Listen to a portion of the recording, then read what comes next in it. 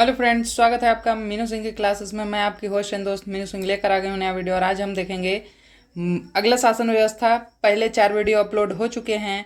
मुंडा शासन व्यवस्था, नागवंशी शासन व्यवस्था, पढ़ा पंचायत शासन व्यवस्था और आपका मुंडा मानकी शासन व्यवस्था आज हम पढ़ने जा रहे हैं। ठीक है, मुंडा मानकी शासन व्यवस्था आज करने जा रहे हैं। तो पिछले जो वीडियोज़ आप लोगों ने नहीं देखा है वो जाकर देख लीजिए, और चैनल पर नए हैं तो चैनल को सब्सक्राइब कर लीजिए। ये the 10 minute the Jharkhand 10 minute show है। ठीक है, 10 मिनट शो है। ये आपको फास्ट रिवीजन के लिए करवाया जा रहा है। आपका 14 JPSC हो या एक्साइज कांस्टेबल हो, जिसके लिए भी आप तैयारी कर रहे हैं, वहाँ से आपका क्वेश्चन बने, इसके लिए फास्ट रिवीजन करवाया जा रहा है। तो जो लोग इसकी तैयारी कर रहे हैं वो लोग कमेंट कीजिए, और चैनल पर नए हैं तो चैनल को सब्सक्राइब जरूर कर लीजिए। चलिए स्टार्ट करते हैं मुंडा मानकी शासन व्यवस्था। और नोट्स के लिए आप मेरे टेलीग्राम चैनल को जाकर ज्वाइन कर लीजिए, जो कि मीनू सिंह की क्लासेस के नाम से ऑफिशियली। तो चलिए स्टार्ट करते हैं मुंडा मानकी शासन व्यवस्था। ठीक है, मुंडा मानकी शासन व्यवस्था किसकी शासन व्यवस्था है? तो ये हो जनजाति की शासन व्यवस्था है। ठीक है, मुंडा मानकी शासन व्यवस्था हो जनजाति की शासन व्यवस्था है। हो झारखंड की चौथी सबसे अधिक जनसंख्या वाली जनजाति है। हो जनजाति सबसे अधिक जनसंख्या वाली झारखंड की चौथी जनजाति है। पहली कौन सी है? तो संथाल है। दूसरी आप लोग कमेंट कीजिए। तीसरी कौन है? मुंडा है, मुंडा। चौथी आपका हो जनजाति है। तो आप लोग कमेंट कीजिएगा कि दूसरी जनजाति कौन है झारखंड की सर्वाधिक जनसंख्या में जो आबादी रखती है। ठीक है, मुख्य रूप से जो झारखंड के कोल्हान क्षेत्र में हो जनजाति को देखा जाता है, कोल्हान क्षेत्र में और निवास करते हैं। ठीक है, मुख्य रूप से कोल्हान क्षेत्र में इनको देखा जाता है। कोल्हान प्रमंडल बोल सकते हैं, कोल्हान क्षेत्र बोल सकते हैं, कुछ भी। ठीक है, इसको कोल्हान क्षेत्र में देखा जाता है। हो जनजाति जो है, इनका समाज पहले मात्र सत्तात्मक था, लेकिन अन्य समुदायों के संपर्क में आकर, प्रभाव में आकर यह पितृसत्तात्मक बन गया। ठीक है, हो जनजाति मात्र सत्तात्मक थी, लेकिन बाद में अन्य जनजातियों के प्रभाव में आकर ये पितृसत्तात्मक हो गई। जैसे कि आपने मुंडा जनजाति में देखा था कि वहाँ पर समाज में, पंचायत में महिलाओं को भागीदारी करने के लिए नहीं दिया जाता था। वैसा ही यहाँ पर समाज पूरा मात्र सत्तात्मक था, लेकिन अन्य जनजातियों के प्रभाव में आकर यह पितृसत्तात्मक हो गया। ये वेरी वेरी इंपॉर्टेंट पॉइंट आपको ध्यान में रखना है। क्लियर? चलिए आगे देखते हैं हम लोग। ठीक है, अगला पॉइंट क्या है? तो अगला पॉइंट है आपका भारत की पहली गणतांत्रिक व्यवस्था जो है वो कहाँ पे देखी जाती है? तो मुंडा मानकी शासन व्यवस्था में ही देखी जाती है। पहली गणतांत्रिक व्यवस्था किसके लिए कहाँ देखी जाती है? तो मुंडा मानकी शासन व्यवस्था में देखी जाती है। मुंडा मानकी शासन व्यवस्था को पहली गणतांत्रिक व्यवस्था कहा जाता है। ठीक है, विल्किंसन रूल के अनुसार 1837 में इस शासन को मान्यता कैप्टन विल्किंसन द्वारा ही दी गई है। ठीक है, ये मुंडा मानकी शासन व्यवस्था को मान्यता कौन दिया है? तो विल्किंसन रूल द्वारा दिया गया है। रूल पूछे तो विल्किंसन रूल 1837, और किसके द्वारा दिया गया है? तो कैप्टन विल्किंसन द्वारा दिया गया है। ये दोनों बात आपको ध्यान में रखना है। ठीक है, अब इसकी शासन व्यवस्था को हम देखते हैं। कुछ वो इंपॉर्टेंट बातें थे, अब इसके शासन व्यवस्था को देखते हैं। तो इसके शासन व्यवस्था में सबसे पहले आता है मुंडा। मुंडा कौन होता है? तो ग्राम प्रधान होता है। बहुत सारी जनजातियों में आपको मुंडा ग्राम प्रधान के तौर पर ही देखा जाता है। ठीक है, यहाँ पे मुंडा गांव का जो मालगुजारी तथा सामाजिक और न्यायिक दायित्व का निर्वहन करता था। सॉरी, लेटर्स डार्क में है, इसको कलर चेंज कर देते हैं, 1 मिनट। मुंडा का कार्य क्या होता था? तो मुंडा मालगुजारी में सामाजिक एवं न्यायिक दायित्वों का निर्वहन करते थे, और मुंडा का चुनाव गांव वाले करते थे। ठीक है, ये वंशानुगत नहीं है। वंशानुगत मुंडा प्रधान नहीं बनता था, इसका चुनाव किया जाता था। ये बात आप ध्यान में रखिएगा। पहले आपने देखा है कि वो वंशानुगत पद हुआ करता था ग्राम प्रधान का।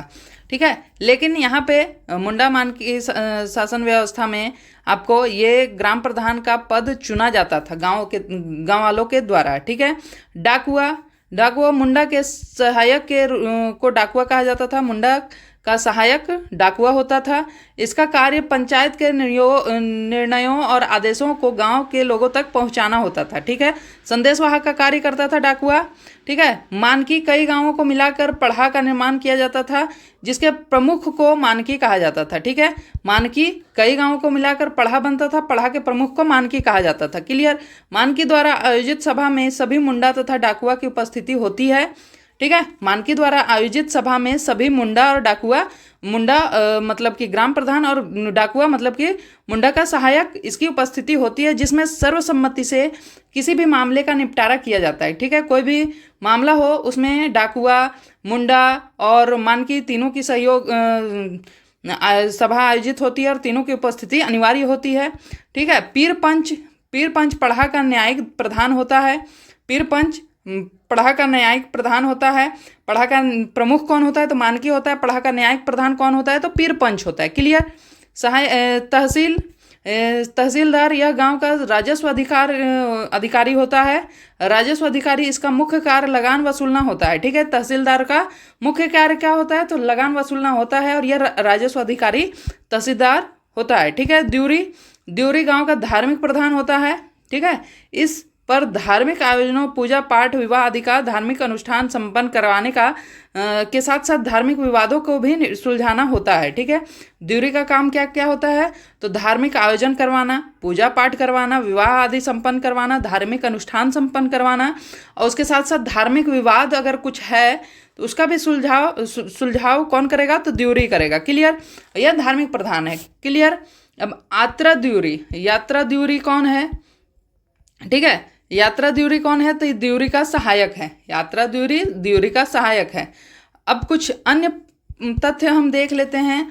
तो अवैध यौन अपराध जैसे रक्त संबंधियों के बीच यौन संबंध के दोषियों को समाज से बहिष्कृत कर दिया जाता है। ठीक है, अवैध यौन अपराध में जो अपने सगे होते हैं, सगे संबंधी के साथ यौन संबंध बनाने के दोषी को समाज से बहिष्कृत कर दिया जाता है। डायन साबित होने पर दोषी को कठोर सजा दी जाती है। अन्य जातियों के यहाँ भोज करने पर उसे गोत्र से बाहर कर दिया जाता है। अन्य जातियों में यहाँ पे भोज करना निषेध है, यहाँ पे आप भोज नहीं कर सकते हैं। ठीक है, और जब दोषी द्वारा भोज कराने पर उसे पुनर्वापसी हो जाती है। ठीक है, ये हमने देखा था संथालियों में, ये था बिटलाहा जो सजा होता है, बिटलाहा के तौर पर काम करता था ये दंड, जिसमें गांव वाले को जो बिटलाहा जिसे सजा दी जाती थी उसको गांव से बाहर बहिष्कृत कर दिया जाता था, बाहर कर दिया जाता था, और उसे पुनः भोज करवाने के बाद वापसी गांव में पुनर्वापसी करवाई जाती थी। वही सेम यहाँ पर आपको देखने को मिल रहा है कि यहाँ पे अन्य जातियों में अगर भोज करने के लिए जाते हैं तो उसे गोत्र से बाहर कर दिया जाता है, गांव से नहीं गोत्र से बाहर कर दिया जाता है, और दोषी द्वारा भोज कराने पर उसे पुनर्वापसी अपने गोत्र में ले ली जाती है। ठीक है, ये चीज़ आपने देख लिया, यहाँ पे गोत्र से संबंधित है। और जुर्माने से प्राप्त नकदी और सामग्रियों का उपयोग सामूहिक कार्यों में किया जाता है। जो दंड में जो नगद राशि आती है, नकदी आती है दंड में, ठीक है, उसका उपयोग कहाँ पे होता है? तो सामूहिक कार्यों में होता है, गांव के विकास में या गांव के कोई भी कार्यक्रम में उसको यूटिलाइज कर लिया जाता है।